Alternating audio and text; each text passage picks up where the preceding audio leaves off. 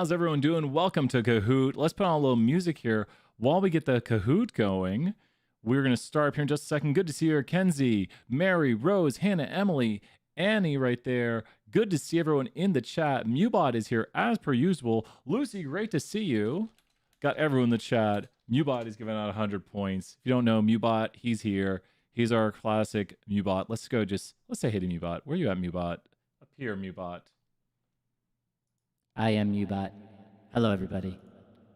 We got Taylor here from 474. A little music going on, getting everything going. You know what? Let's put on a little dramatic music. It is time for the Kahoot. Oscar, good to see you. Rose and Taylor here from 474. Thank you so much from 474 is dropping by. Mubot has to give out more points right now. We have the final tomorrow. First time usually have to work after the streams. Oh, that's awesome that you're able to swing by. Alexis, good to see you here. We're loading up the Kahoot. We just had a great Kahoot for 474. Our 474 is going to play. If 474 plays, we still give a prize to the top two people in Stat 201. $20 first prize, $10 second prize. Vishwa, good to see you here from 474. So good to see everybody. Ooh, so might be some competition right here. We are loading up the Kahoot. We'll be starting here in just a moment. Exam 3 review, 26 questions. You guys get the big Kahoot. Here's where the lightning occurs. Playing the Kahoot. And we're starting. The Kahoot screen is about to appear as Mubot gives out some more points. Here. Wrong button. Oh my gosh. That's why I'm right. It's the wrong button right there. Kahoot code is on the screen. Join on in. 2 minutes till Kahoot. What all is everyone doing tonight? Everyone having a nice evening? I'm trying to think what I'm at for dinner. There's these pot pie things. Don't ever buy them because they're scary good. I'm trying to think who makes them. Does anyone know those pot pies I'm talking about? They come in like a little yellow and green box. That's all I want right now is one of those pot pies. It's so good. You go back 20 years ago, 10 years ago, you know, like when I was a little kid, and I would tell you pot pie. I don't want pot pie. Till you introduced me to these pot pies right here. Oof, I could eat that pot pie every night. Little mac and cheese. Nah, I'm hungry for dinner. Yes, so good. You know what I'm talking about? What brand are those? What brands? Let's put our disco music on. We need the disco. The Merry Calendar ones. Yeah. Chipotle 10 out of 10. Need some Chipotle menu hack right there.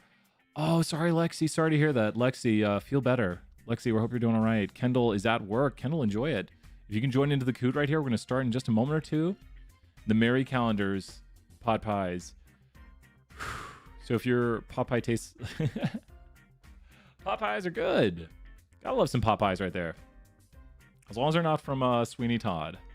As long as they're not from Sweeney Todd. Good movie with Jack Sparrow in it. Jack Sparrow playing Sweeney Todd. Jack Sparrow playing Willy Wonka. Jack Sparrow played a lot of characters in his day. He hasn't played many lately, though. It's a bummer. Pull one more minute on the clock, then we'll start the Kahoot right here. Going to code my 474 project, but want to stop by. Yes! Awesome! Good luck, 201. Thank you so much, Kayla, right here. Let's throw out 100 points for random Kayla appearance and also all the 474s. Annie, thank you so much for all the positivity in the chat. Mubot's just tossing out a bunch of points. We'll let Mubot take it from here. Mubot, appear. You got this, 201. Woo! Mubot away. Don't ever give me things to play with. Don't ever give me just random buttons I can press. It doesn't end well. What can I say? It's Wacky Wednesdays.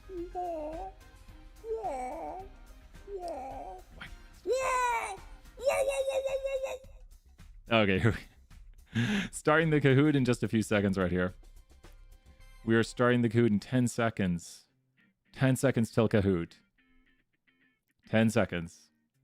You got this, Alexis. Summer semester almost over. Get a little bit of a break right here. No, nothing's complete without Puppet Shark. What? And you have to have mini Puppet Shark. There we go. It's just everything. Okay. Get that stretch going. Get ready to go right here.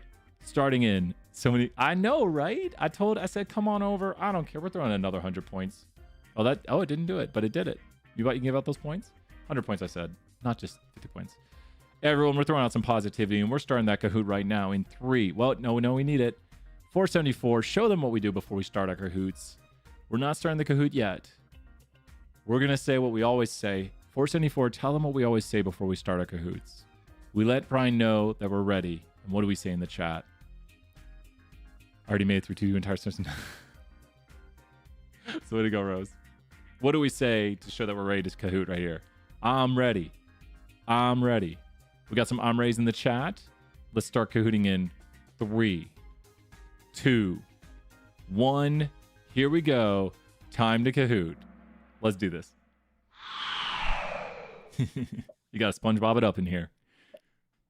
Here we go. First question on the Kahoot. Which of the following must be met for all conference roles and tests? Which of the following must be met for all conference roles and tests?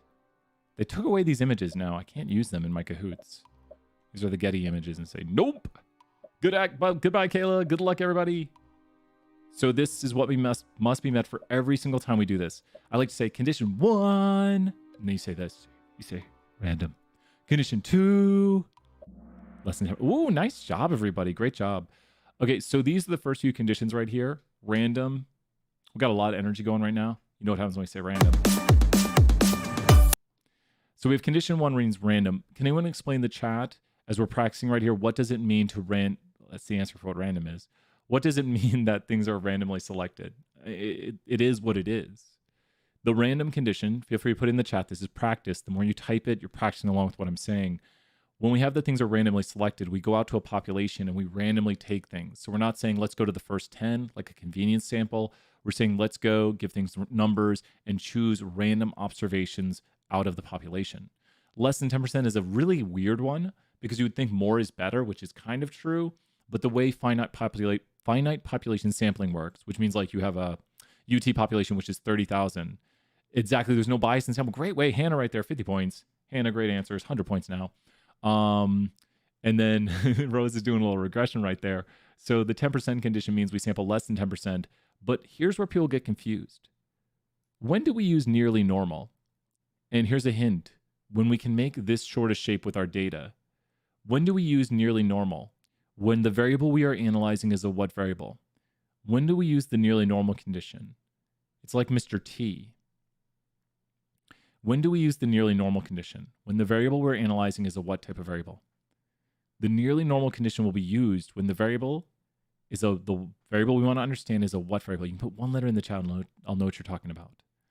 The nearly normal condition, quantitative. Great job right there, TH. Excellent work. Throw another 50 points. It's got to be 100. We're just going crazy on points tonight. Quantitative. Quantitative for nearly normal. How about that success failure condition? Success failure condition says you need at least 10 successes and at least 10 failures. So this is going to be categorical. Think about what a success failure means. It means like, did the company succeed? We could analyze that. Like, what proportion of companies succeed in their first year? And we call it a success and failure because it could be like, is someone a dog person? And a success is obviously being a dog person. Sorry, cat people. Truthfully, a success is being a bunny person because bunnies are the best. If you don't know, we have a bunny, 2 bunnies. And a failure is not being a bunny person. But we're just asking, do you own a bunny? So that's a categorical question. So we have successes and failures, things that we want at least 10 bunny people or at least 10 not bunny people in there to meet the success failure condition. Please ask questions if you have it at any time. This is just a review of conditions very quickly, talking about the conditions we always have to meet when we're doing tests and conference roles, and the conditions that are going to be based on the type of data we are analyzing. Over there on the far side of the screen is the quantitative one, and over here is the categorical one. Let's see who's in the lead. Is it a 474? I do not know. Elated Squid. But you know what? I'm a fan of Noble Tiger. We just had, what was it, Kind Sea Lion win? Noble Tiger, you got my vote right now. You're tied for second, ties for third. Let's see who's going to win now. Next question. What condition do you need 5 of? So this is a condition review to start. So we just talked about a few of these conditions. I always try to drop some hints because a lot of the later questions are involving understanding what the conditions are. So the success failure condition says we need at least 10 successes and at least 10 failures. The nearly normal condition is for quantitative data only. So we have to have a kind of normal shape to our distribution. It needs to be nearly normal. Expected cell count is for the chi-squared test. We need a certain amount of expected cells, maybe. And count data means both variables are categorical. So to have count data, you'd have to ask like, what's your gender and do you like bunnies? Just Think about Morty and Jan Michael Vincent out there. It is expected cell count. So if we are doing regression, would we meet the count data condition? Like, let's say we want to analyze height and weight. So let's talk about the count data condition here for a second. By analyzing height and weight, can you explain to me, do we meet it? First off, do we meet the count data condition by analyzing height and weight? You have to ask someone, how tall are you and how much do you weigh? To do a regression on height and weight, you'd have to ask, how tall are you and how much do you weigh? And they'd say, why are you asking me these questions? Say, it's statistics. They say, of course, I'll answer these questions now. So could we meet this condition right here? And the answer is, what do you think? Would we meet count data? And both of these right here are for the chi-squared test of independence. Condition 1 would be random. Condition 2 would be 10%. Condition 3 and 4, there are no orders to these, but I like to say we have here expected cell count, which means we need at least 5 expected cell counts. And then here with count data, we need 2 categorical variables. So height and weight would not meet this condition. Height and weight would not meet it because they're both quantitative. You'd have to have something like, what is your year in school, freshman, sophomore, junior, senior, and do you live on campus? Something like that would meet count data because what year are you in school and do you live on campus would be categorical data. Now, let's do a real quick big bonus question to see if you're listening in. How many degrees of freedom would there be? That's not the answer. But how many degrees of freedom would there be if we asked somebody, what year are you in school with 4 levels? And then we ask, do you live on or off campus with 2 levels? Using the chi-squared right here, there's a quick trick I like to do. How many degrees of freedom would there be when we ask somebody, what year are you in school with 4 levels? And then we ask someone, do you live on or off campus? Annie right there, that earns some 300 points. Let's throw that in the chat. There'd be 3. Great job. I'm really impressed. Wow. I'm actually very impressed. Well earned 300 points. We're just going crazy on the points tonight. So there would be 3. And if you're wondering how we got that, the formula for the chi-squared degrees of freedom are rows minus 1. So you just subtract 1 from how many levels there are, and then columns minus 1 times each other. So you just go right here and you do, well, there's 4 levels to this. So that's 3 times 1 because you subtract. So I like doing it just kind of in my head. Rows minus 1 times columns minus 1 is the formula. Amazing work. Great practice. Who's in the lead? Leaderboard's going crazy. Let's find out who's going to win with the next question. Here we go in 3, 2, 1. Let's do this.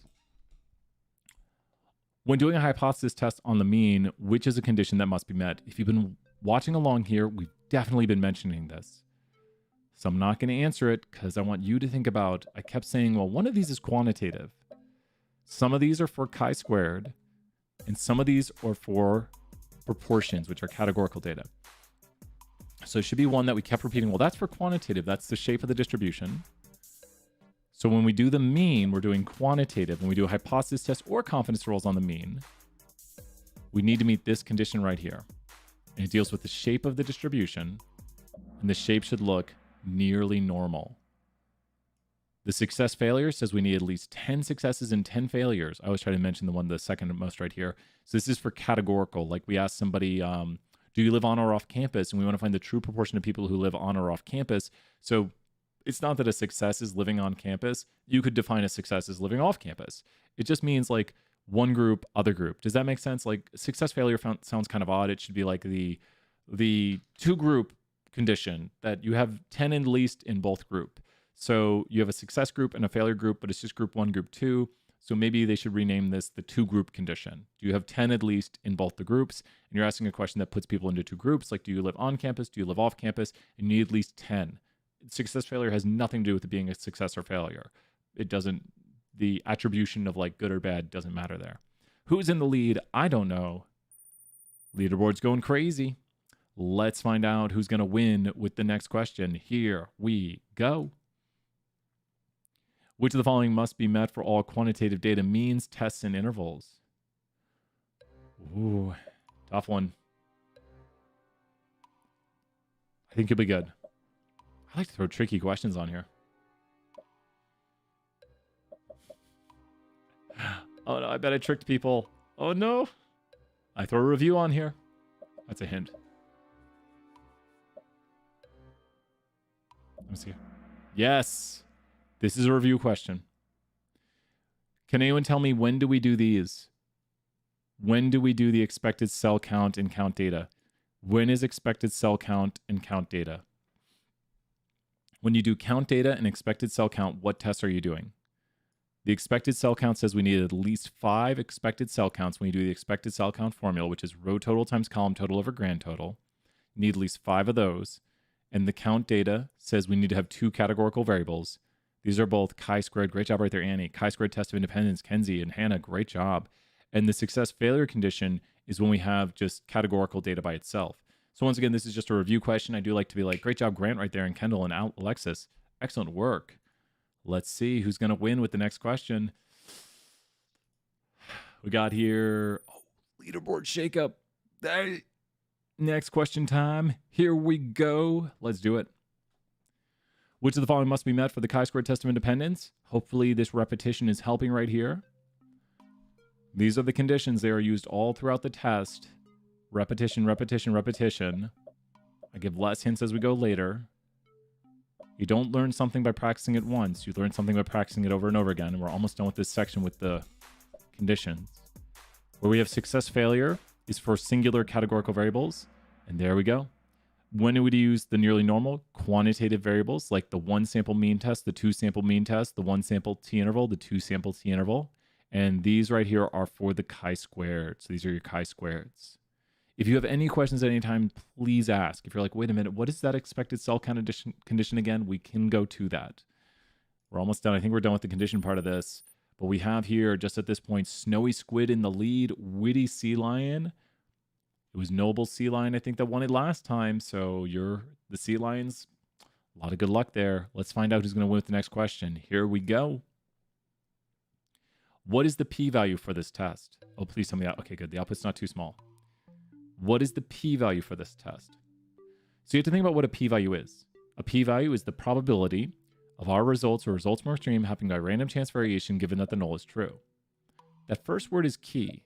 A p-value is the probability. That gives a huge hint. So p-values can be between 0 and 1, which tells us that our results were either likely or not likely by random chance. And the p-value on the screen is very high if you find it. It's a probability, so you're probably between 2. Now you might be wondering, how do I pick between those two? There's a quick way to remember in this class that we use the Pearson. That kind of narrows it down to 2 values. We use the Pearson when calculating the p-value because you go to my Pearson. It's not the reason, but it's a good way to remember it. So we go here and we remember that the Pearson has your p-value. Oh, we tricked a lot of people. The Pearson has your p-value. It's a little bit tricky of a question. I do admit both of these are similar. Yeah, I know, right? We should have done that. This one might be a little bit longer of a Kahoot, but the Pearson has your p-value. In truth, this is a fine test to do, but just the way we calculate it, the mathematics we do that we teach you, we don't do the likelihood ratio. We do the Pearson chi-squared test of independence, and that makes this the Pearson chi-squared test statistic right here and the Pearson chi-squared p-value right here. So the Pearson has your p-value. It doesn't really matter on those two right there. Oh, we got the force. 474, where are you in the leaderboard right now? If you're, oh my gosh, it might have changed. If you want to say and you're playing along 474, do you want to tell, I don't know, you see, it's, if you're winning, that's awesome. If you're not winning, that's awesome for 201. It's a great thing either way. Wherever you're at 474, if you're playing along 5th, woo, just made it. I want you to notice right now, 1, great job reviewing your 201. Taylor, we're throwing out 100 points for Taylor being here. And I want to give shout out to everyone who's 4th rate. Oh, now, I want to point this out. We will give out 2 prizes to 201 no matter what, but we will give a prize to 474 if they win tonight also.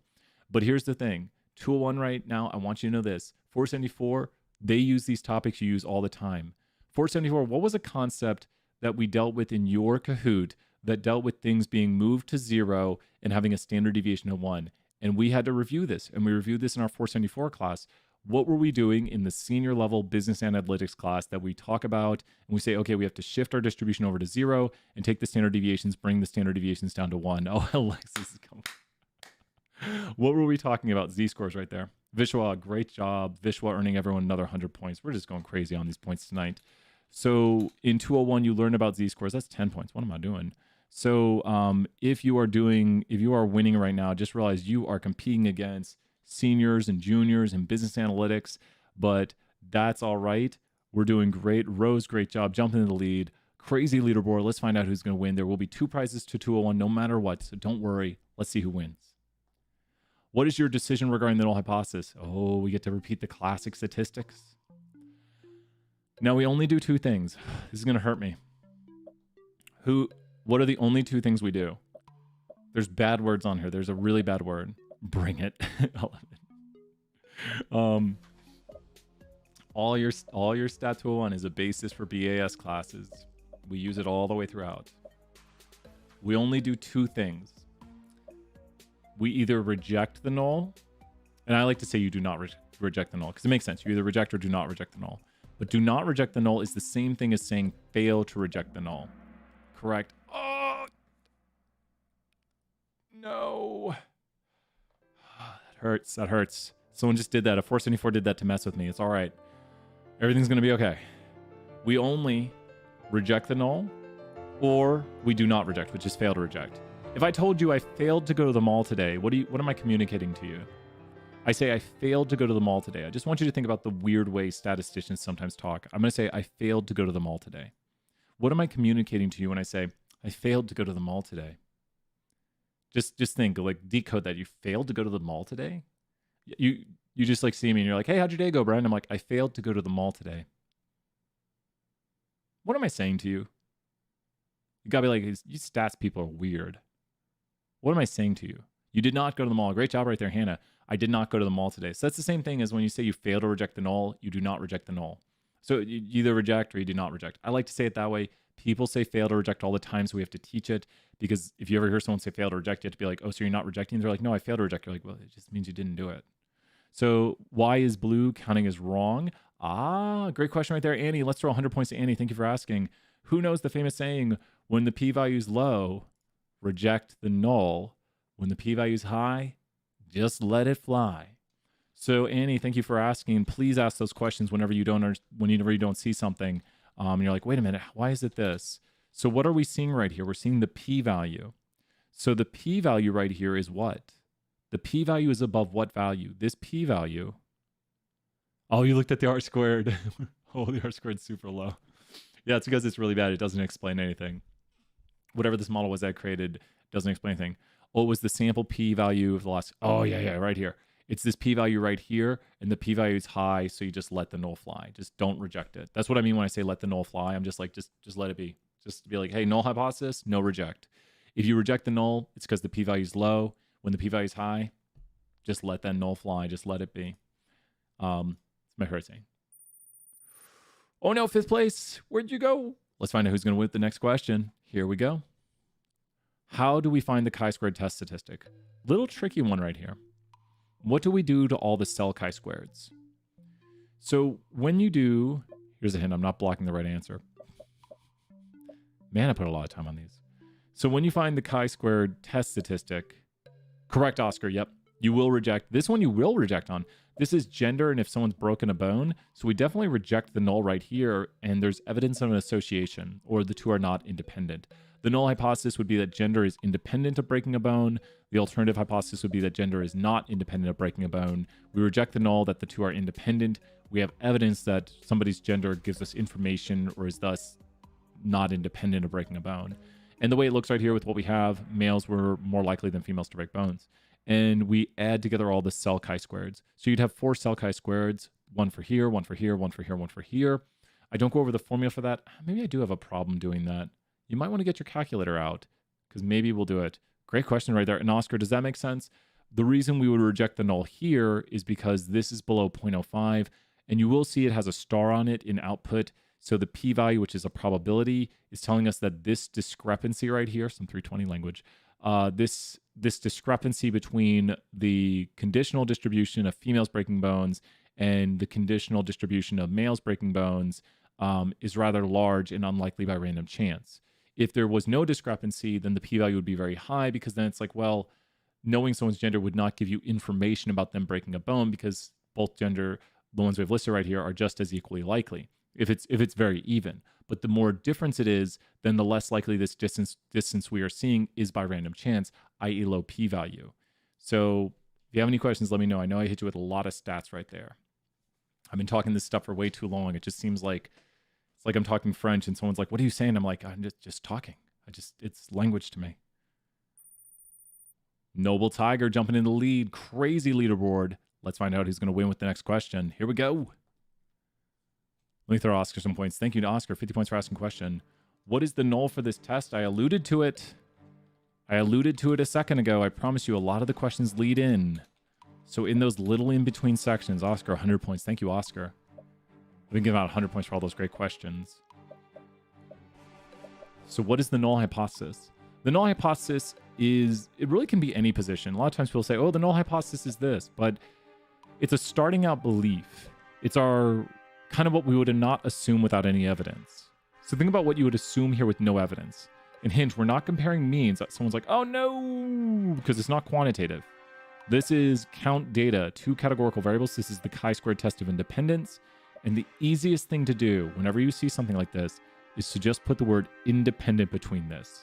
That kind of gives away the answer. Because all we're going to look at here is say we have gender and breaking a bone, and all we do between these two words right here is read independent. And we're just basically saying they don't impact each other. Like, if you know someone's gender and you want to know if they've broken a bone, tells you nothing. Oh no, misclick. And so we are not talking about means because it's not quantitative, so that eliminates these. And then when we are looking at the chi-squared test of independence, all we do is go gender is independent of breaking a bone. There we go.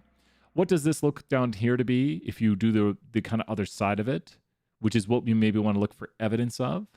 So the thing we look for evidence for is called the what. So when we reject the null, we say we have evidence for this. So if we reject the null, we usually have a claim that we're trying to support. Alternative, Lexi, great job right there. We're going, why not? We're just going to go crazy on points. Why not? It's Wacky Wednesdays.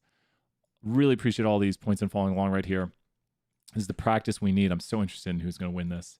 So we look for evidence of an alternative, and that's what we're looking for. And we do have evidence of this. We do have evidence that there is non-independence, or that someone's gender is not independent of them breaking a bone. Like, I've broken a bone. Doesn't mean all males will break bones. Doesn't mean females will not break bones. But it looks like there's an association where males are more likely to break bones. Just that they are associated to some degree, which means they're not independent. Leaderboard shakeup? You bet leaderboard shakeup. I want to say this. Woody Sea Lion is in the lead, but Woody Sea Lion, hang on to it because all the other people, Swift Penguin. My vote's on Swift Penguin. I'm putting all my money on Swift Penguin with the next question. Here we go. What is the alternative for the test? You got this. This is a review now. Remember how we said the null hypothesis is we just say blank is independent of blank? I put way too much time on these. What happens if I highlight that? Oop, don't want to do that. It works. So we say, I just don't have that much to say, so I'm just like, there we go. So we say that blank is independent of blank is the null. There you go. I thought we'd do pretty well. All we have to do for the alternative is just say not independent. It's one of the easiest nulls and alternatives to write because we don't use statistical notation. You just say that X is independent of Y for the null, and you say X is not independent for the alternative. It can be said that they are dependent or associated, but that's when we say, like, let me ask you this. Yes or no, just put Y or N in the chat. Do you think passing or failing the class is just what you think is independent of doing your homework? Like, we asked someone, do you do your homework? So do you think those two would be independent? And what does it mean for things to be independent? We asked people, do you do your homework for class? And they say, no, I don't do my homework. And then we see if they pass the class. I would say they would not be independent. The null hypothesis, though, is that they are independent. But what we'd probably notice is that people who do their homework have a higher probability of passing the class. So I'm just giving shout outs to doing your homework. Great job. Man, so many people participating right here in the chat. I just like it when people just answer. Shows me people are following along. Thank you right there. Kendall, TH, Michelle, Grant, Kensley, Kendall. Great job. Emily, Hannah, Anna, Lucy. Great job. So we'd look for evidence that there is some sort of association. And that's what I often do with my classes. I try to look for where people are going to fall off. And I hate to say this, the number one indicator to me that someone might not do well during the semester is if they don't do the first homework assignment. That is the number one indicator to me if they'll pass or fail the class, is if they miss the first homework assignment. I'll watch as the semester goes on. And I'll be like, no, you missed the first homework assignment. It's a bad sign. But people pass. People do great with it. You're like, oh no, I missed the first homework assignment. At this point, you can look at your grade. At this point, you know where you're at. But to me, early on, that's an early flag right there to be like, oh no. We don't want that. So I usually reach out via email to a lot of individuals and say, hey, I saw you missed that first homework assignment, and hopefully try to pull them back on track. Let's go take a look here at the leaderboard. Swift Penguin, you got this. Hang in there, Swift Penguin. Don't lose out. Next question. Here we go. Find the missing value. Ooh. Calculator time. Calculator time. Someone had their calculator out. A lot of close values. We have here an expected cell count. The expected cell count is row total times column total over grand total. So one way you can do it is you can kind of draw it out. Let's draw it out here while we talk about this. Little new snipping tool. So we need to make sure it's not on the, oh no. Okay, let's leave it. Can I put it so it doesn't block the screen? I can't. Let me make it go away. I'll show it here in a second. I don't want to block the answers while we're doing this. Row total times column total over grand total. RT times CT over GT. If you look, it kind of crosses in on it. This is the expected. This means 258 people in this survey said yes to being born in Tennessee and also said they are female. 221 individuals said that they were male and also they were born in Tennessee. We would have expected that 217.105, according to the row total times column total over grand total, which would be 349 times 479 over 770. That is the expected for this cell, and this is the cell chi-squared, which is the kind of discrepancy between these. Observed minus expected squared over expected. If you practice with this table right here, you can practice getting the right answers. And so let's see if we got the right answer for this. And actually, there's a really quick solve on this. I believe the answer is this one. There's a quick way to see that. Yep. So one really quick cheat for this is that the row expecteds have to add up to the row total right here. So I was kind of giving a quick glance and I was like, this is the only one right here that if you add across here, like the 895 would make it a whole number. So you have to, when you add across the expecteds, get the total. That's just the way the mathematics work. Not the traditional way of solving it. The traditional way of solving it is to do row total times column total over grand total, because you'd have to have expected values to find that. Good to see you here, Spencer. So row total times column total over grand total, and we'll show the mathematics right here. It should equal up. 421, oh my gosh, 421. Row total times column total over grand total. And I think I typed a number wrong. Or 421. Oh, I think I typed a 5. Someone replay that tape. There we go. There we go. So hopefully this makes sense right here. Let's throw out some points. Spencer, we'll give you some points right there in the chat. Do I have the point saved? Oh my gosh. Oh, because I saved the picture. Is this making sense right here to everybody, how we're getting these values? Take a moment here on this screen and then try to find the cell chi-squared values. So the cell chi-squared value will be observed minus expected squared over expected. This is the observed. Oops. This is the observed. This is the expected. So observed minus expected squared over expected is going to be cell chi-squared right here. Awesome, Alexis. Great job right there.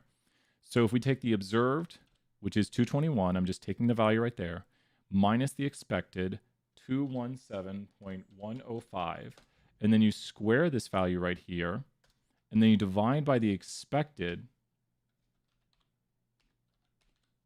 you will get this value down here. So take a moment on this screen, especially if you want to practice finding your row total or your expecteds and your cell chi-squareds. Good screen for this right here to make sure you have these formulas down. This is the cell chi-squared formula. You will be given these. You have your formula sheet. And then the other one is row total times column total over grand total is equal to the expected value right there. If you have questions, let me know. Let's go on to the next question, though. Who's in the leaderboard? Swift Penguin. I told you Swift Penguin's going to win, but you didn't believe me. Let's go on to the next question. Find the missing value. Lots more practice. What is the value down there? So we need to do observed minus expected squared over expected. So the observed is the count. That's how many individuals who were not born in Tennessee and male. Let's kind of show it here while people are solving it. So we take the observed. That's the observed. We take the difference with the expected. This is just like how far are these numbers apart. So all we're doing is just subtracting these differences. The reason we square it is because we want them to be positive, because if we don't square it, then some will be negative. So by doing the squaring of it, we get a positive number. So observe minus expected square the difference because we want to make it all positive. And then from here, we divide by the expected, and the expected is the second number. That's what this means right here, that all of these have this second sort of order to it within these boxes. So we go right here, divide by 131.895. We got a lot of answers in. The answer is, as long as I didn't do anything incorrectly. I think I didn't. I got an answer on the screen. Looks like I typed my numbers in the right way. Now, one thing I want to mention is this, the chi-squared test would use the Pearson. So if you wanted to add all these numbers, great job, everybody. The Pearson chi-squared test statistic would be the sum of all these values. So if you take right here and sum up all these values, you will get the Pearson chi-squared test statistic. That here is the Pearson. I think we saw this for one of the first outputs. That is the Pearson chi-squared test statistic. Yeah, sure. Does Kendall, is this making sense right here, Kendall? This is the observed because it's the count. So the formula would be, I'll write it here in the chat so you can see it, and let me know, Kendall, if you have additional questions. This is observed 128 minus expected 131.895. We square that, and then we divide that by 131.895. So the formula is observed minus expected squared over expected. Here's the observed. Let's punch in the calculator. Observed 128, observed minus the expected, and that's the difference between the two. We square it, observed minus expected squared, over expected. And the expected right there is that second value, that 131.895. And there is the cell chi-squared. That is a cell chi-squared. Does that make sense right there, Kendall? So please let me know if you have any questions. This gets us kind of the oddness of that cell. Like how far apart are these numbers in terms of a standardized value? Like this is how far apart these numbers are when we standardize the difference. And you look, a lot of these are pretty close. Hence small cell chi-squares. They're not very far apart. And so the test didn't come out significant. Going on to the next leaderboard. You're welcome, Kendall. Thank you so much. Kendall, 100 points right there as the leaderboard just goes crazy. But Swift Penguin, I don't know. Swift Penguin, you're just in our hearts right here. Swift Penguin, this goes out to you right here. 100 points, just breaking the leaderboard. I made a chart on how to find the chi-squared if anyone wants it. Hannah, can you share that? If you want to send it to me. Yeah. Hannah, that sounds awesome. Send it to me. I'll try to send it out, especially if you're on the Discord or anything, but send it to me and we can try to get it out to everybody. A lot of things students have created. I love your... I got confidence in everybody.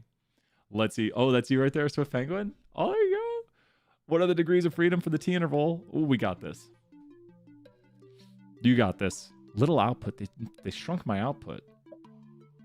What are the degrees of freedom? Now, the T interval is a one sample T. A T interval is a one sample T. So if we have a one sample T, the degrees of freedom are what? When you do the one sample T, the degrees of freedom for the one sample T are what? It's a very simple formula. The degrees of freedom for the one sample T are just n minus 1. One sample T interval, one sample T test, n minus 1, and this is the sample size. So 770 minus 1, 769. Now, the complicated formula one is the two sample T. We won't have you solve that. That's where you had to go to the applet, and that's the two sample T. These other answers are not real answers. And the chi-squared is rows minus 1 times columns minus 1. So let me repeat that. The one sample T is n minus 1. Good way to remember it right there. The two sample T is when we do like testing two means, and that's going to be a complicated formula. So we won't have you solve that. The chi-squared, which we were just doing a second ago, is rows minus 1 times columns minus 1. Can anyone tell me, since that last matrix was a 2 by 2, how many degrees of freedom it has? The previous questions had a 2 by 2 matrix. So since it was a 2 by 2 matrix, then what are the degrees of freedom on a 2 by 2 matrix? I'm showing you that's a 2 by 2, so the answer is 1. Because rows minus 1 times columns minus 1 is 1 times 1. Great job right there. 100 points just going crazy in the chat. Rose and everybody and Spencer, great job. Good review. Just got to review. Swift Penguin hanging in. Swift Penguin's just creeping up in the lead right there. Mystery Seal? I like that name too. Sorry, Swift Penguin. Let's continue on right here and see who's going to win. What is the missing p-value? Oh, man. We got this. So how do p-values work? Well, we have the less than test, which is missing, which is the area less. So there's got to be a little tiny p-value. I mean, these are all pretty small. We have the greater than test, which shades to the right. Wait a minute. The less than and the greater than test should equal up to what? That's a huge hint right here. The less than and the greater than test should equal up to what? Does anyone know if we take these two p-values, like if you shade below this line and you shade above this line, which is like almost all the curve, look at the way the arrow points. The arrow points to the right. So if you were to shade to the right of this line, you would be covering 99.79% of this curve going above this line right here, which is where the t-score is at. I know it says 0.04, but that's the actual difference. In terms of t-scores, which is standard errors below the mean, we're 2.87. I'm blind. Kind of half true. 2.8 standard errors below the mean. And the area above this line right here is 99.79% of the curve. Thus, the area below the line would be the remaining portion of the curve. Everything above plus everything below would be what percent of the curve? Hint, it's all the curve. So what we could do is we could take, I think people are like, I don't want anyone to know the answer. Got some gamesmanship, some good. Now, I know you might be saying, well, that's not quite the answer that's on the screen. Another way of finding it is it would be half the two-sided tail. And that's the answer that's on the screen. Nice job right there, TH. Excellent work. That's all right. That's all right. Just, it's good practice. As long as you got it, it's good. Half the people got it. Half the people missed it. So you can take this p-value right here, which is double the smallest. So the two-tailed is double the smallest. And the less than, the greater than add up to 1. So good practice from your study guide right there. Awesome work. Oh, no. Oh, Joyful Rabbit. Oh, that's instantaneous. Joyful Rabbit, you're my new favorite. Joyful Rabbit. I'm going to go see our Joyful Rabbits here in a little bit. But Joyful Rabbit, you got this. Voting for Joyful Rabbit. Here we go. Find the missing p-value. Similar question. Were you watching? This one's a free thing if you were paying attention, because you can be like, wait a minute. Now I can see this p-value. So these two p-values add up to 1 right here, like the less than and the greater than, because all you're doing is like, let's shade below this, let's shade above this, and you'll get 100% of the curve. Like if you go below this, it's like a very small 0.2% of the curve. You go above it, it's 99.8, mostly all the curve. But then the does not equals test always takes the smallest in what's it. I should have put some more ridiculous answers on here. It always takes the smallest and doubles it. So all you do is double this p-value right here. So it's good to kind of see the output in practice and be like, okay, the does not equals alternative, which is this one right here. This is the does not equals, because it's doing absolute value. It's saying like, well, if you were to go to the other side, Annie, great job right there. If we were to double it and go to the other side, we would get this right here. 100 points for Annie's right there. Doubles it, times it by 2, and it would shade the other side of the curve. We'd have the p-value here, and then adding it onto the other side. It's a very, very small p-value. It's very hard to see. Very, very hard to see. Come on, Joyful Rabbit. You got this. You got this, Joyful Rabbit. Let's do this. Next question. Here we go. What is the missing t ratio? Ooh, how do we get that t ratio? Now, this seems really complicated. People usually get stuck on this right here. But here, let's write out the full formula. I'll stop blocking the screen, I promise. Okay. Good, we're not blocking the screen. Awesome. Okay. So to get the missing t ratio, the formula is y bar 1 minus y bar 2 over s sub 1 squared plus s sub 2 squared over n sub 1 n sub 2 square root. Horrible handwriting, Brian. What are you doing, man? So this right here seems like a lot. This seems like a lot. At the bottom of this curve, which I wrote so horribly, is just the standard error of the difference. The top of the curve, or the top of the equation, is just the difference.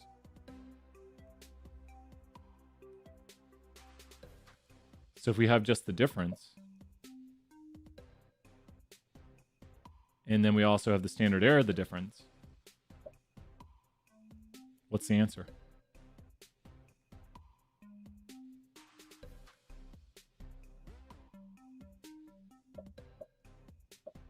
Hopefully people are seeing it. So the difference is the top part, which is the difference between the sample means, and the bottom part is the standard error of the difference. S1 squared over N1 plus S2 squared over N2. Looks like we have some right answers, and great job right there. Yep. Is that making a little bit more sense to see when you see that the difference right here is y bar 1 minus y bar 2? It's the difference between the two sample means. And then this is the standard error of the difference, which is calculated for you in this output right here. Here's your confidence interval, which does not contain 0 because we do reject that 0 is the true value. So hopefully that practice right here. And if you're wondering what people are doing, if you didn't calculate it, they're taking the top part of the equation, which is the difference right there. It's negative. And they're dividing by 0.0218. And they're getting that value right there, the T ratio. Oh no, Alexis, if you can join back in, let me know. Hopefully you can join back in. Sorry about that, Alexis. Let's go to the leaderboard here. Joyful Rabbit. Oh no. Let's see who's going to win with the next question. Sorry about that. Here we go. Practice in. What is the missing value of difference? So last question right here. This one's a little bit trickier, but you just saw it a second ago, hopefully. I want you to look at this T ratio, though. So when you look at this T ratio right here, you should know that when you divide these numbers, it's like a 1 to 10 ratio. Also, it must be negative, which all these numbers are negative, because we see that the standardized difference is which is you're in fourth. Will it not let you join back in if you redo the code? I'm sorry, Alexis. I don't know why it does that. Code's pretty good, but we've definitely had people freeze. We've had like in the leaderboard right there. I'm sorry about that, Alexis. So, no. We have right here the difference. And the difference has a ratio of about 10. So if you think if you times this by 10, what answer would you have to put in here to... Probably the easiest way to think about this is the following. Do I still have the picture up? Well, there's the answer. Oops.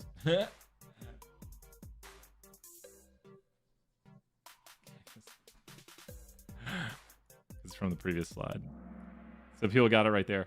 If you're wondering how we got this,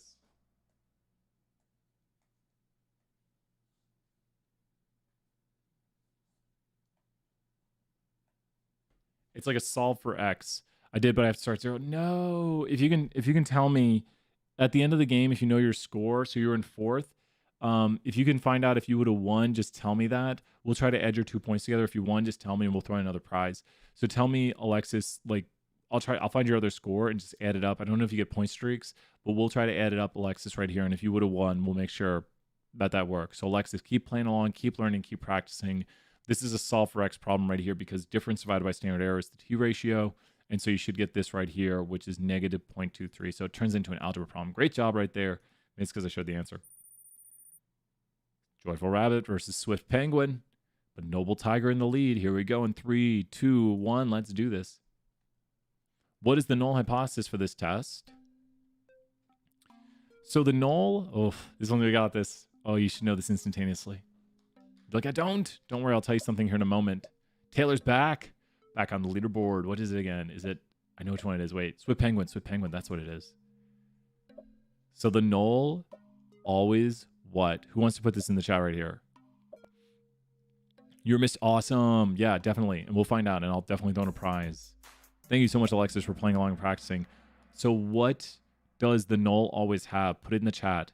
Whenever we write out the null in statistical notation, it always has this. Like if you see any sort of choices on the test for null hypotheses that have statistical notation, instantaneously, Kendall, great job right there, and Kinsey, great job, Mary. The null always has the equal sign. Great way to make sure you choose the right thing.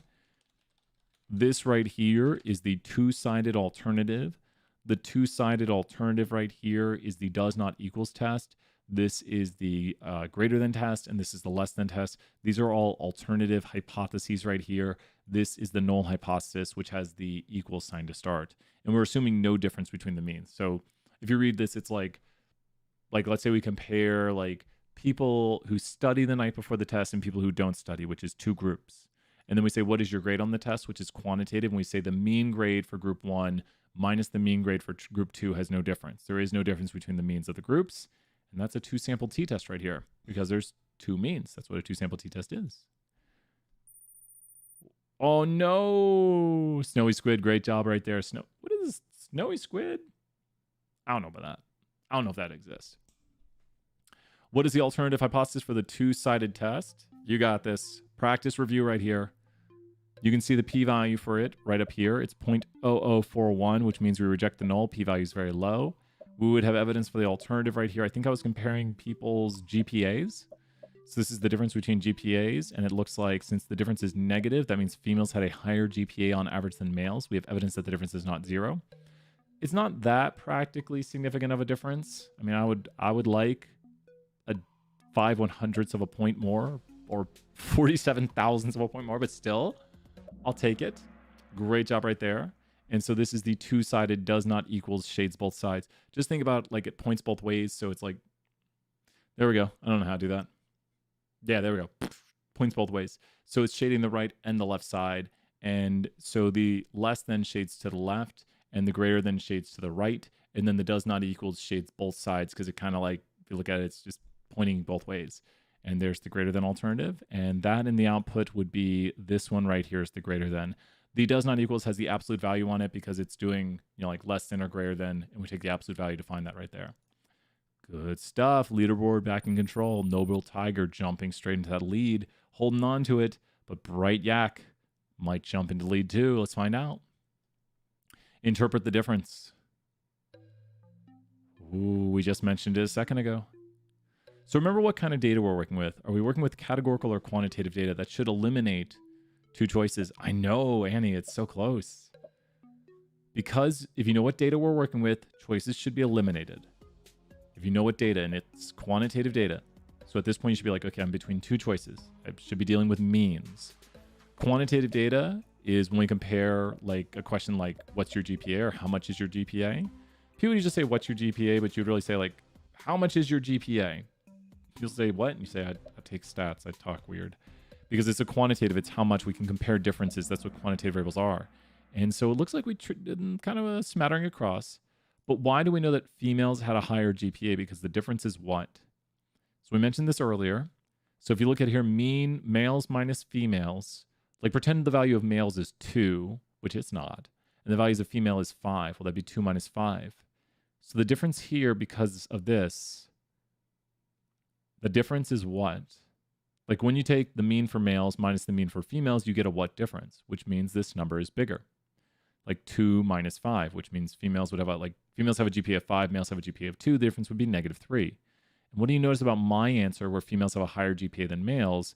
The difference is negative. And so if it's negative, it goes with the one with the negative sign. If it's positive, it goes with the first one, which is a positive number. It's not necessarily positive, but at this point we're saying like positive minus negative, more of a negative over here. But if it's negative, it means this one was bigger because it's kind of overtaking this one. So since the difference is negative, then we would say that the difference, the mean for females is this much higher than the mean for males. And this is what we see in our sample. That's not saying for all time truth, because over here, we are 95% confident that the true difference between male and female's GPAs is contained in the interval 0.015 GPA points to 0.079 GPA points, where females are expected to have higher GPAs than males. It's a small difference. Small. I'll take a higher GPA. Have like a 2.0 in high school. Next question. Moving on. Doesn't hurt me. Nothing going on here. None to see.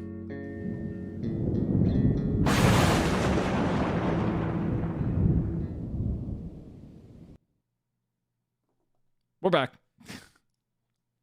Have to have a little bit of fun. Story time. What is the type 1 error? Oh my gosh, I hope. No, it's a twig. Oh, Brian, you saved yourself. If you pass Brian. So you're walking through the woods right here and you see a bunch of brush like this and you're like, oh my gosh, that's a snake. Ah! But the null hypothesis, it's a twig. So we have to remember how we do our type 1, type 2 error. A type 1 error. This is 1 right here. In a type 1 error, the null is what? What symbol am I making? We got a lot of time. In a type 1 error, the null is what? In a type 1 error, the null is what? Which gives you part the information you need. In a type 1 error, the null is what? In a type 1 error, the null is what? Type 1, here's the 1. In a type 1 error, the null is this. It's true. Now, what would be wrong to do if the null is true? It'd be wrong to reject it. So the null is true. So think through. That means this is true. But you reject that. So in a type 1 error, great job, Emily and Lexi right there. In a type 1, the null is true, but you reject it. Ubot, give them some points. So the null of it being a twig is true. You think it's a snake, and it is. Well, that's making the correct decision. You think it's not a snake, but it is. Okay, it's not a snake, and it is. You think it's not a snake, and it's not. Okay, these are both true decisions. So here's the errors. You think it's not a snake. You think it is a snake, but it's not. Okay, so the null is true. This is what it actually is. It's not actually a snake. It is a twig. The null is true. Great job. Does everyone see it? Does this make sense to everybody right here? I know, right? I went crazy on the points during this one because they don't usually get points. End of semester points. So yeah, usually I don't give out 100 points bursts. So I'm just like, let's just go a little crazy. So if you showed up here for 474, and I want to say this big thank you to 474 showing up, hanging out, giving out some positivity, just crushing it on the points. We got a saying, you know, I'm not trying to trash on any bachelorettes here, but hashtag show up. It matters. Show up to class, because sometimes if you don't show up, not going to happen. Number one thing you got to do, hashtag show up. Claire didn't show up. Sorry, Claire. Bachelorette.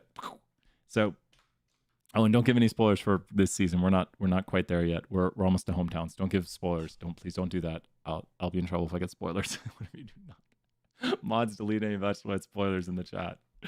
Okay, having too much fun. Let's do the next one. It's another story time after this. So let's see who's in the lead right here. Please don't put any Bachelorette spoilers in the chat. Okay. Yeah, I like TV. Noble Tiger up there at the top of the leaderboard, still in the lead, but Bright Yak. Look at that bright sun next to Bright Yak. Great job. Let's see who's going to win here with another story time, this time with houses and trees. Here we go. Story time. What is the type 2 error? The null hypothesis is that your tree is healthy. So in a type 2 error, the null is false. Change the music. In a type 2 error, the null is false, and we fail to reject it. Let's repeat that. In a type 2, the null is false, and we fail to reject it. So you have to look at that top statement. I like this music. It's really chill. So the null is false, but we fail to reject it. Just keep repeating yourself. This is a false statement. So watch as we show ourselves trick here. Type 2, the null is false. That's an F, and we fail to reject it. A student made this up years ago, and I still remember it. Hannah worked for our department, came up with this idea. Type 1, null is true, and we reject it. Type 2, null is false. So that's an F. We fail to reject it. So the null must be false. So the tree being healthy is a false statement, but we're going to not reject that, which means we still believe the tree is healthy. So we believe the tree is healthy. Ooh, so we're definitely going to leave the tree up. This would be good. You leave the tree up and it doesn't fall. That'd be excellent. I mean, yeah, it's like, oh, cool. Our tree was healthy and we left it up and no problem. Cutting down a healthy tree is actually a type 1 error because the null is true. If the tree is healthy, the null is true.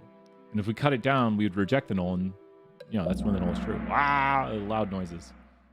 So I think people got this. The type 2 error, you leave the tree up because we fail to reject the false null. The null is false right here. The tree is not healthy. So we fail to reject this though. So we're going to leave the tree up because we continue to believe the tree is healthy. So we leave the tree up and it falls because the null is false. It is false that the tree is healthy. Just say that to yourself. Look at this and be like, okay, this is a type 2 error. The null is false. That up there is a false statement. That is not true. The tree is not healthy. So the tree is going to fall. But what are we going to do to the null in a type 2? We are going to what the null. I want to see it in the chat to make sure you're seeing this and remembering it. In a type 2, the null is false. But what are you going to do to the null? It's the second F of the type 2. And we say the null is false, and then we what the null. So it's always in terms of the null. You never talk about the alternative with these. In a type 1, the null is true, and we reject the null. In a type 2, the null is false. And then you got your second F in the type 2, which leads to this portion right here. In the second portion of the null is false, and we fail to reject it. Does that make sense right here? It's the best way I've found to remember this.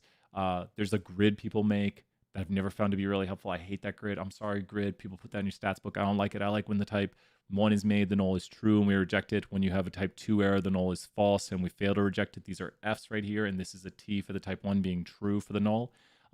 You always have this cheat sheet here with you, and so it's a good way to remember it. Let's continue on to the next question. Here we go. 100 points in the chat, following along, practicing, making sure you know type 1, type 2 error. Let's do this. Continuing on to the next question.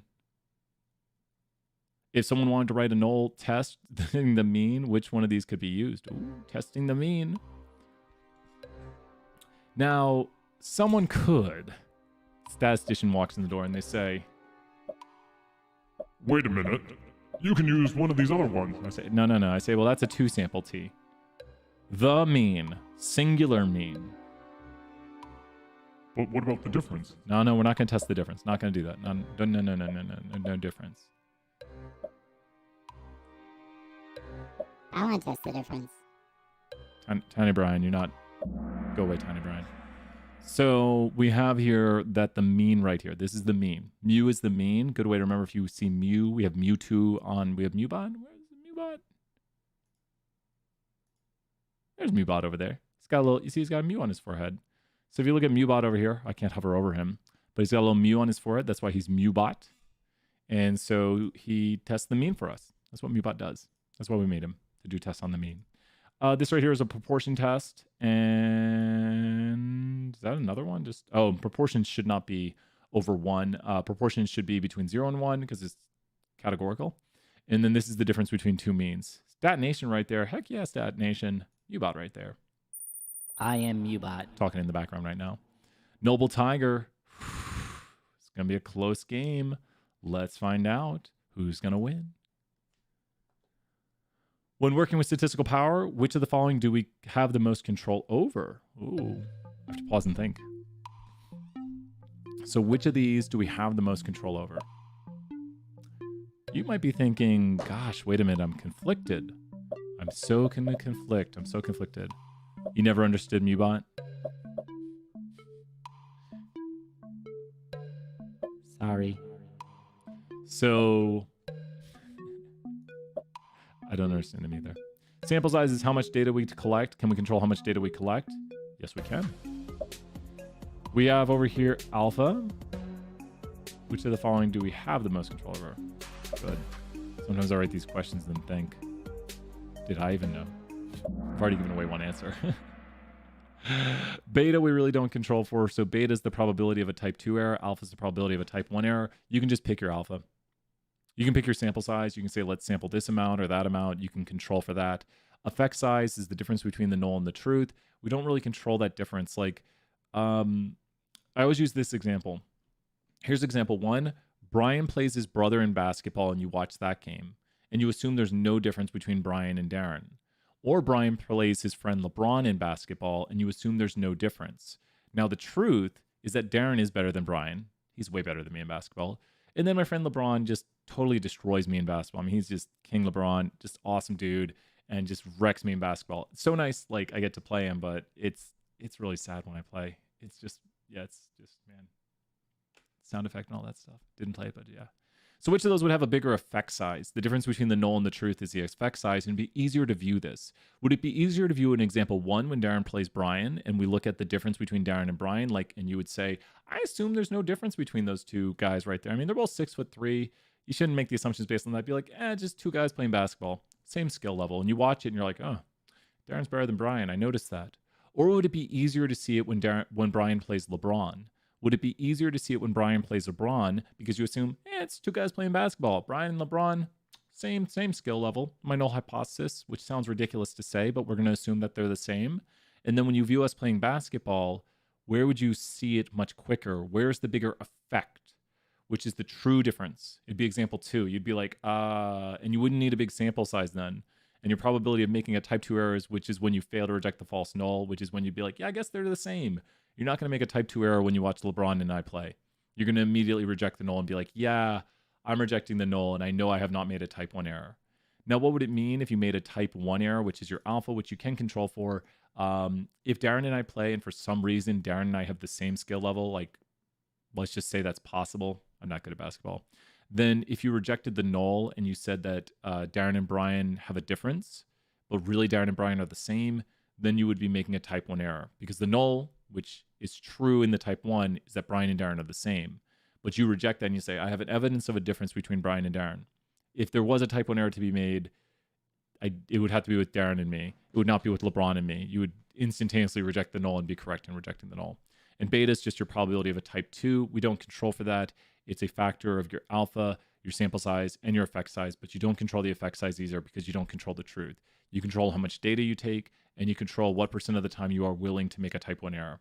If you lower this, you will increase your type 2, but you will decrease your type 1. Literally, alpha is the probability of a type 1, and literally beta is the probability of a type 2. So if you say, I want to make less type 2s, what could you do? Who here could make less type 2 errors? And there's 2 ways to really control to make less type 2 errors. Good test question. There are two ways on this screen right now. It's a little bit obvious when you think about it here. There's two ways on this screen right now which we can control for, because power is 1 minus beta.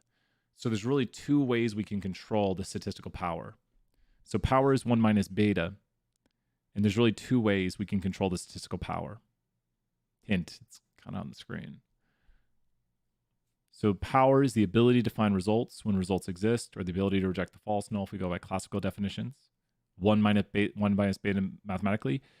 Cool. We'd make alpha bigger. So all of these are inversely related. Great answer right there, Annie and Lucy. If you make sample size bigger, they're all inversely related to... Oh, did I maybe say beta? No, okay. So beta is inversely related to all of these. If you make sample size bigger, beta goes down. If you make alpha bigger, beta goes down. If effect size, which you don't control, is bigger, beta goes down. But if beta goes down, 1 minus beta goes up because it's just the complement. Does that make sense? Like if beta is 0.02, power is 0.98. You want small beta. And then if beta is small, power is high. So that means sample size, alpha, and effect size, increasing those would increase what? Because think, if sample size increases, beta goes down. But if beta goes down, power goes up. So increasing sample size, which means collecting more data, increasing alpha, which means more willing to make a type 1 error when you reject the null, having a higher effect size, which you don't control for, just meaning that there's more of a difference between the null hypothesis and what the truth is, which you have to kind of assume these things in statistics or come up with an idea or a guess of what your effect size is to make power calculations. And this is actually a super important topic in statistics. It's been debate that we should go into this in more detail because it's very big in research, doing power calculations. To like say, should we even do this research? Can we even find results? Because that's what power is. If you don't have power, you can't find results. It's like, well, we'll just be wasting our time. Because let me ask this last question. I'm going to throw 500 points online right here. If you don't have power, if your power is super low, you'd probably just do this. If your power is super low, you would probably just do this. So let's say our power is 0.02. Then what is your other value? Because I think it's 1 minus this. So if your power is super low, you don't have the ability to find results. And even if results exist, you'd probably make a what thing. So if your power is super low, you're probably just going to make a bunch of whats even if results exist. Because then it's like, so why even do the test? Because you don't have any power. You're just, even if the results are there, you'd probably just make a what? 0.98, you're correct. And that would be the probability of what, Annie? That'd be the probability of a what, the type 2. I'm throwing the 500 points. Does that make sense? This is a huge talk. In my honors class, I go into more detail on it. And it'd be the type 2 error, 500 points still. Great job, everybody, working together right here. It'd be the type 2 error because power is 1 minus beta. So if the power is 0.02, the beta would be 0.98, and beta is type 2 error. Just remember A1, B2. So if you think like numbers, like A comes first, B comes second. So alpha is type 1, beta is type 2. Good way to remember that right there. And so if the power is 0.02, the beta is really high. And type 2 error is we fail to find the results. Like we fail to reject the false null. So the null is false, we should reject it, and we fail to find it. So this is a huge topic. I love going into this. Usually I have a whole power analysis thing in my honors class. We should make this bigger in 201. It's a really cool topic. Let's brighten up our days here. Witty Sea Lion, you're in the lead, or third place. Who's going to win? Let's find out. 2 more questions to go. Calculate the degrees of freedom. Oh, for owning a bunny. A little bunny. Let's see a little bunny. Oh, it's a little bunny. Oh my God. He's got his ears up. That means he's sensing danger. He might be thumping. He might be going boom, boom. What rabbits do when they're either annoyed or sensing danger. It's funny. I look at that now and a lot of people are like, oh, cute bunny. I'm like, oh, that bunny's freaking out. Boom. We know this one. If anyone's wondering, this is a 4x2, which I do examples like this throughout the Kahoot to make sure people practice and we repeat it. 4x2 reduced by 1 for each. That's 3 times 1, 3 degrees of freedom. Great job.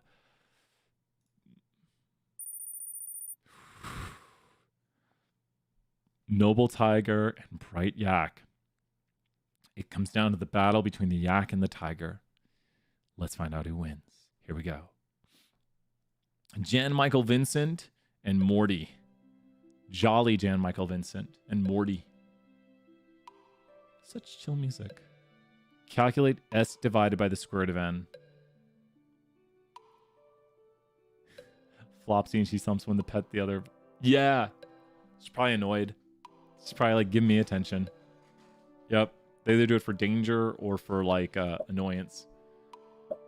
S over square root of N is the... I don't want to say what it is. If you know what S over square root of N is, my brain just went, huh? S is the standard deviation. There's a good notation quiz here at the end. But also it's a know your output quiz. I always say to know everything in your output. I try to make sure I know everything I get in output, which sometimes there's a lot of output, especially in R, and you're like, what? Verbose equals false. I have Bunny. Bunny is totally good. Bunny is nice. Bunny is fluffy. Make sure to let their legs hang free so if they kick, they don't hurt themselves. Don't give them tons of carrots. Not good for GI. Don't give them seeds. Little bit of here and there. Give them leafy greens. Some lettuce. Some cilantro. That's what bunnies like. And then be careful. They'll destroy anything. Don't give them any spicy hay. Spicy hay is wires. So what is this in notation? S over square root of N is actually what? S over square root of N is what of the mean. See who's on the leaderboard in a second. We'll bring out everyone's favorite announcer here at the end. S over square root of N is the standard error. That is the standard error right here. What? Mute. I am Mubot. Mubot, chill out. TH, you're fine. TH, you get free mod status, TH. TH, you earned that mod status from Mubot being a bad guy right there. Yeah, carrots have too much sugar, I think, in them. Hopefully, I might be saying that wrong. You don't give bunnies tons of carrots. Carrots are treats. Carrots are sometimes food for bunny, not an all the time food for bunny. I learned that the quick way when I fed it a bunch of carrots, and Chelsea was like, don't feed it all the carrots. I was like, wait, there's bunny food. And no. Bunny food, not all carrots all the time. Purge. Mubot, he can luckily catch a lot of things and stop a lot of things, but yeah, he's Mubot. Oh no. Hey, what are you doing here? Led Winnie Sea Lion. Woo! 20 out of 26. Wow, 24. Bright Yak. 24. That's amazing. The top winner is Noble Tiger. If you didn't know, I'm Tiny Brian. That's regular button right here. Why are we both on the screen? Oh, I'm only here now. Swift Penguin made it on the board, y'all. Woo! Swift Penguin, where you at? Where's Swift Penguin? Where you at? I don't see you. Great job, Swift Penguin. Tied for third. Oh, man. Wait, you tied? Wow. That's crazy. Taylor, great job on that 5th place. Witty Sea Lion. If you are Noble Tiger and Bright Yak, please make sure to email me. Vishwa, amazing job. Tiny Brian, away! Great job, Tiny Brian. Wait. Where's my parrot? Oh, we didn't get to do the parrot thing this semester? Oh my god, that's a big parrot. Ooh, is it a bird? Perhaps the word. Joyful Rabbit. Oh, Annie, great job right there. There's my parrot. Where's a parrot? Where's it? Go, parrot. Please, on my head. No, parrot, parrot. Go, parrot. Ah, bad parrot.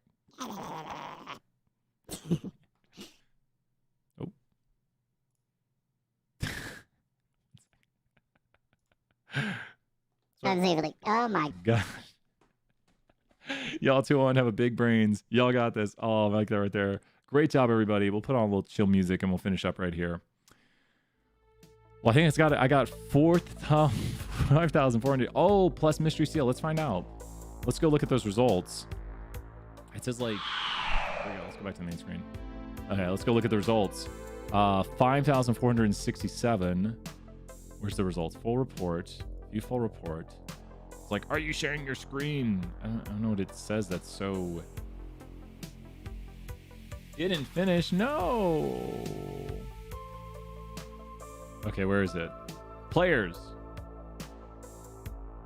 So, Mystery Seal. And what was the other one? Oh, plus Mystery Seal.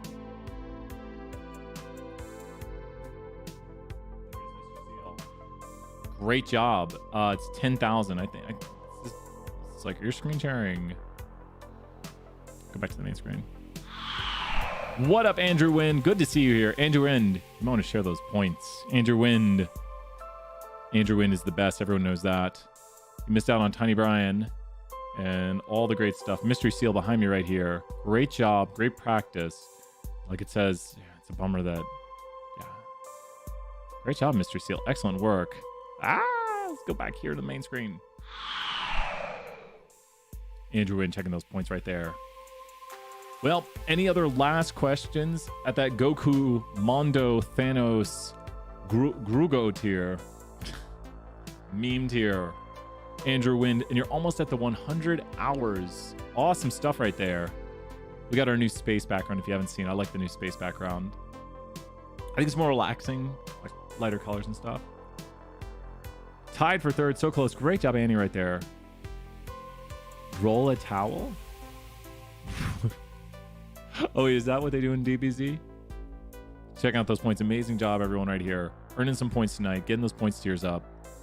Any other last questions? We'll hang out here. We'll listen to one more song and see if there's any last questions. It's been Wacky Wednesdays. Crash, tell us all about Wacky Wednesdays. Let's put on a little chill music here. On these Wacky Wednesdays, what are the final questions? Oh, Rose, great job. Rose, thank you for swinging by. Can I ask a question about the project? Sure, Hannah, ask away. Yeah, let me hold the project right here. What question do you have about the project? Let me know. Ask about the project. Meebot's going to get more points because I clicked the points button. Let me go here, look at the project. I have it here somewhere. Here we go, project instructions. Is UT going to change? Any policies can fall? I have no clue. Don't ask me, I just work here. That's true. You're welcome, Alexis. Great job. Great job. I really have no clue. That's above my pay grade. UT can pay me the big bucks to make big decisions, or they can pay me very well like they do to teach Stat 201. And I'll be very happy. And I'll say I don't want to make the big decisions. Got the project open right now. Looking through. Feel free to ask any questions you have. Got some jump data open. Jump data. Diabetes. How do I run a lack of... Is there a lack of fit test on here? Which one are you trying to run a lack of fit on? Is it for this class? Lack of fit? Is it for Terry's class? Terry teaching semester 2? 474 is on track for full bonus points on course evals. I think so. I don't know if I have those pages up. I think so, Taylor. We need to get like 80%. We're super close. We're on track. On track for it.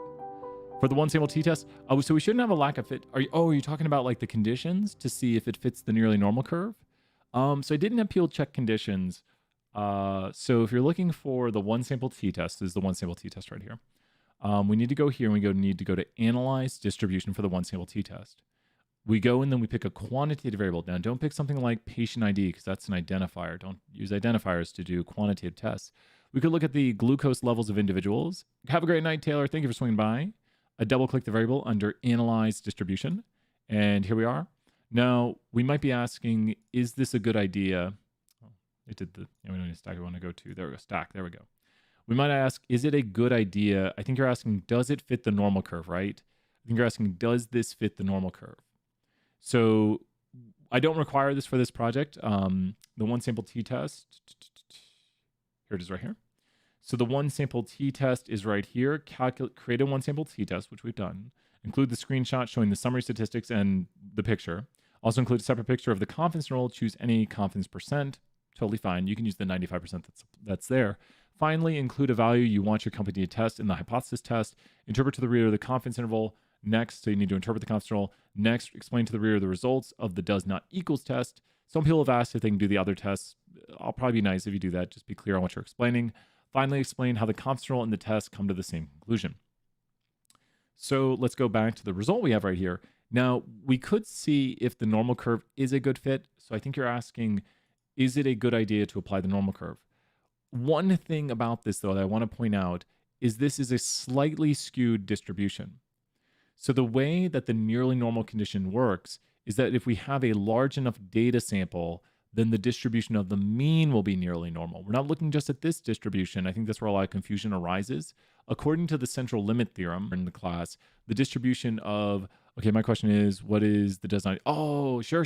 Oh, cool. Yeah, let's do that. The does not equals test is going to be over here on the test the mean. We're looking at glucose levels, and maybe our company wants to see if people have a glucose of 120. So that's just what we're testing right here, and let's go see. So if you notice, we observe in our sample that our patients had a glucose level of 122. We hypothesized that they had a glucose level of 120. Now, when we do the does not equals test, that is this one right here. And this will shade both sides of the curve. This is where we landed. Let's show it a little bit bigger here. We landed over here, remember, at 122.6, but we assumed according to the null that 120 was the true value. The greater than test, which is right here, shades to the right of our value. The less than test, which is not shaded in, shades below the value.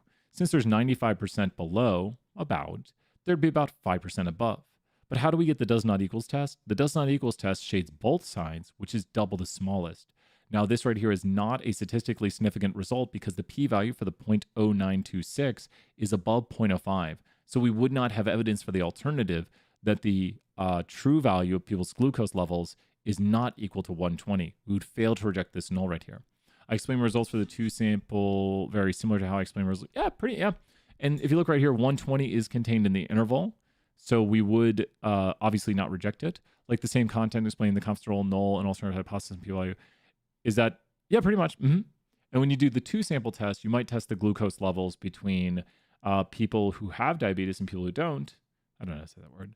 And so we can go here and test the glucose level for the two sample t-test. And now we're testing two groups. And wow, look at this. You can tell that yes group is going to be a lot higher in their glucose levels just looking at that. We go here to t-test, and we're doing basically the same thing, but now we have two different groups. We have a group here that does have diabetes and a group that doesn't, and the difference between the groups is 33.7. The does not equals test comes back with a ridiculously low p-value because we assume there is no difference between the groups, and thus we see there is evidence of a difference between the groups, and it looks like there is evidence, if we even use this right here, that the yes group, which you can see clearly here, has higher glucose levels than the no group. You can also tell via the confidence interval right here that we're 95% confident that the true difference between the yes group and the no group is somewhere contained in the interval 27.8%, not percent, excuse me. I don't know what glucose is measured in. Units of glucose to 39.72 units of glucose. I'd have to probably double check how glucose is measured. Awesome. I know, right? There's really not that many options with this data set. And since the project's really close to due, I figured I'd just kind of throw in some. Does that make sense what you said there, Annie? Like this one, we definitely reject the null. There's very high evidence to suggest. And it does make sense. People with diabetes probably have higher glucose levels because that's kind of what the whole thing's about. But I think that's got it. Let's see if there's any last questions. Thank you, everyone, for hashtag showing up right here. Yeah, I know. And one thing, I do want to point this out. I know I'm looking at the asynchronous course. It's tough sometimes. Like, I know some people are struggling, and I see sometimes the lower grades. I see sometimes people are like worried, and it's tough. But even if this semester doesn't go the way you want, if this asynchronous course didn't go the way you want, then all we do, it's like we say, what do we do when we fall? We get back up. So maybe you're hoping to make a C in the course, make an F. It's okay. I made a lot of Fs. You're like, no, you didn't. I'll pull my transcript right now. Be like, F, F, F. You'd be like, dude, stop. Too many Fs. That's what I thought. But, you know, eventually I realized I was like, I just have to like really focus. And I'm not saying I wasn't focused back then, but I don't know. I didn't find something I loved. I didn't find something I really wanted to spend my time with. And so these are the things I love. I love teaching. I love doing Kahoots. I love coding. And so it doesn't feel like work. Gotta have a balance though. That's the thing I tell myself. Can't work all the time. So, you know, maybe if you just didn't have that motivation right now, it's something you didn't love. But find that thing you love. Find that thing you want to do, and then it won't be as crazy. You won't be like, oh man, I gotta do this. You'll be like, oh, let me sit down and do this. And then an hour or two goes by, and you're like, that wasn't so bad. Find that thing you love. It's the tried advice of find the thing you love. You'll never work a day in your life.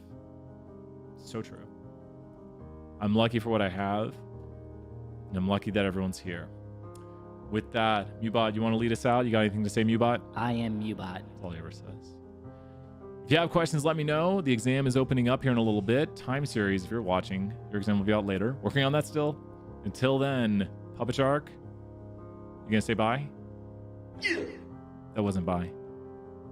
Bye for now, everyone. Bye.